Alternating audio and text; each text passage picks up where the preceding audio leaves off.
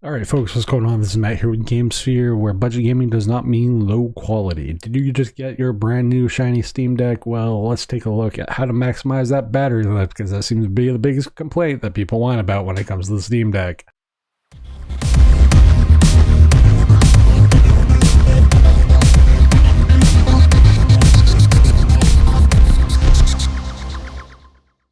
So I want to give a caveat before I even get into any of this. There is one step that I can't currently do, and that has more to do with the limitation of the hardware that I'm using to capture all this stuff with. So do note that. So first up, you're going to want to go and fire up your quick settings. Then you're going to want to go down here to your power options. Go down to your performance overlay, and you're going to want to turn this on to 2 at least. I mean, you can go to 4, but that's kind of overkill for what this does. So then you get down to here. Normally there will be another slider that will allow you to kind of selectively use an adaptive screen refresh rate.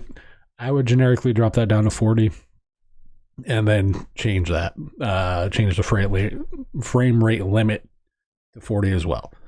That'll allow you to get a little bit better battery life, less dings on the overall GPU, and more smoother frame rate to begin with.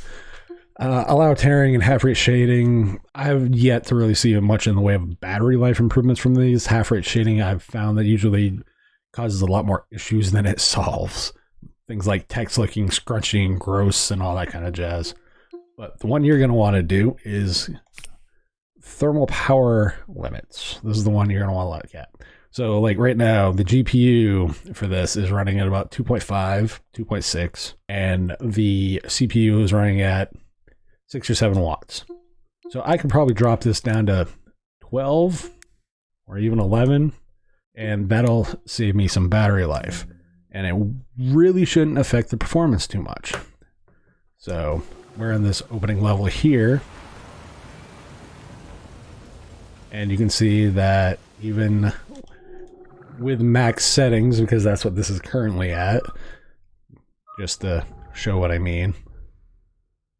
Oh, wrong one. Go to video settings.